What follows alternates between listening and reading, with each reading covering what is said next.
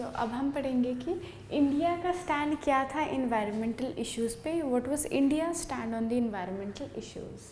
So India signed and ratified the 1997 Kyoto protocol in August 2002.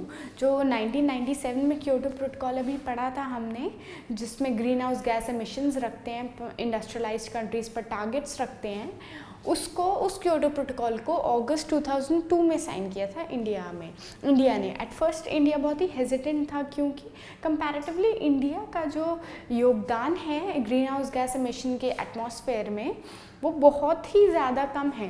तो इस वजह से बहुत लॉन्ग टाइम तक उन्होंने किया नहीं था कि क्या उन्हें इस चीज़ की ज़रूरत है. बट फाइनली अगस्त 2002 में उन्होंने रेक्टिफाई और साइन कर दिया था क्योटो प्रोटोकॉल को.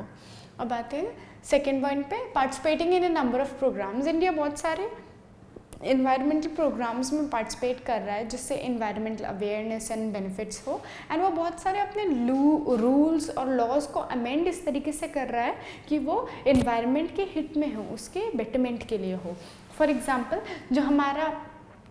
जो हमारा India's national auto fuel policy है, उसके अकॉर्डिंग हर जो व्हीकल है इंडिया में जो चल रही है उसका फ्यूल क्लीन होना चाहिए, ताकि वो इन्वायरमेंट में हार्मफुल गैसेस ना स्प्रेड करे. जैसे हमारे व्हीकल्स के पोल्यूशन होते हैं और वो चेक किए जाते हैं ट्रैफिक पुलिस के द्वारा. क्यों होते हैं बेसिकली, क्योंकि एक पर्टिकुलर टाइम बाद हमारा व्हीकल पोल्यूट करने लगता है हमारे इन्वायरमेंट को, और धीरे धीरे वो इन्वायरमेंट को बहुत ही ज़्यादा डिग्रेड कर देता है. तो इस चीज़ को रोकने के लिए कि व्हीकल्स पोल्यूट ना करें हमारे इन्वायरमेंट को, इंडिया का नेशनल ऑटो फ्यूल पॉलिसी आया था जो इंश्योर कर रहा था कि हर व्हीकल में क्लीनर फ्यूल हो, जिससे वो इन्वायरमेंट को डिग्रेड ना करे, नुकसान ना पहुँचाए. ऑलराइट, अब आते हैं रिव्यू ऑफ द इम्प्लीमेंटेशन. जो अर्थ समिट में आर्ग्यूमेंट्स हुए थे उसका एक रिव्यू कंडक्ट किया था इंडिया ने इन 1997. जो अर्थ समिट था रियो में, वो 1997 में हुआ था, और उसी के आर्ग्यूमेंट्स का एक इम्प्लीमेंटेशन रिव्यू किया था इंडिया ने.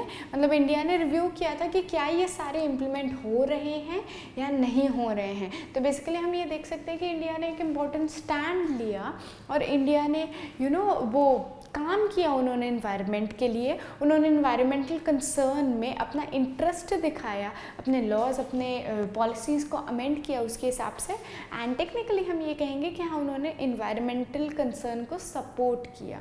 से इंडिया का स्टैंड था ग्लोबल इन्वायरमेंटल कंसर्न्स पे. अब आते हैं रिसोर्स जियोपॉलिटिक्स पर. रिसोर्स जियोपॉलिटिक्स बेसिकली है कि किसको क्या मिलेगा, कब मिलेगा और कैसे मिलेगा, किस कंट्रीज़ को, किस नेशंस को, किस स्टेट्स को कौन सा रिसोर्स मिलेगा. अभी तक रिसोर्स के ऊपर हम बहुत ज़्यादा फाइट्स हुई हैं. रिसोर्स एक बहुत इम्पॉर्टेंट एस्पेक्ट है, specially resources like oil and water. Oil and water को लेकर काफ़ी राइवलरीज एंड काफ़ी टेंशन हुआ है.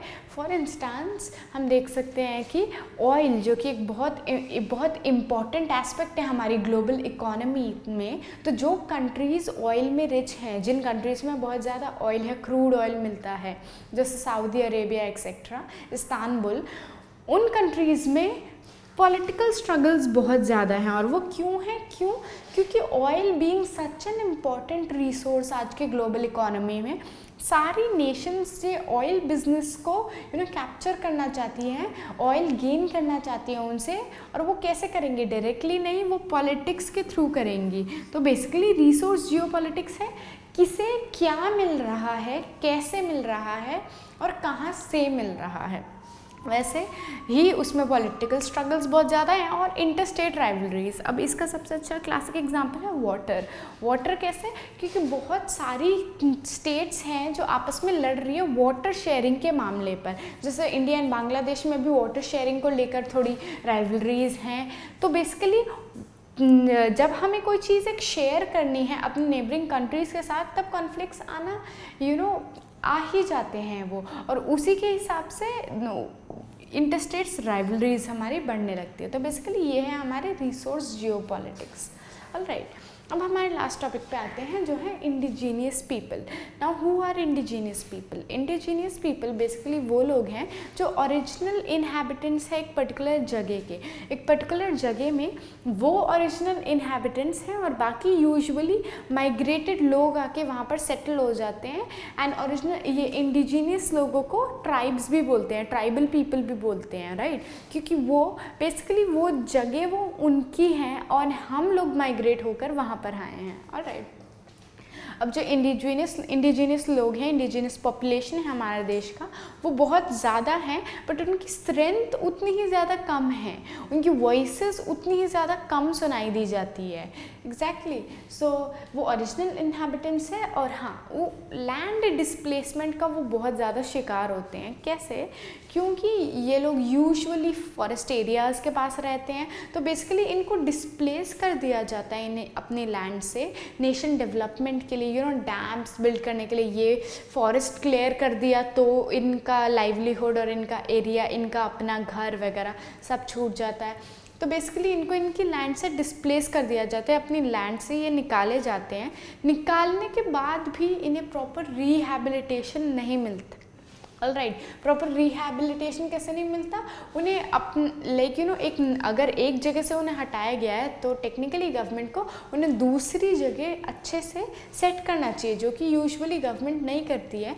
एंड ये एज ए रिज़ल्ट ना ढंग से मेन स्ट्रीम सोसाइटी में मिक्स हो पाते हैं, ना अपनी जो एक्चुअल ट्राइबल लाइफ है उसको जैसे वो जीते थे पहले वैसे जी पाते हैं। तो बेसिकली इनकी वॉइसेस बहुत ज़्यादा अनहर्ड है और ये कुछ ऐसी प्रॉब्लम्स हैं जो ट्राइबल्स को यानी इंडिजीनियस पॉपुलेशन को फेस करनी पड़ती है।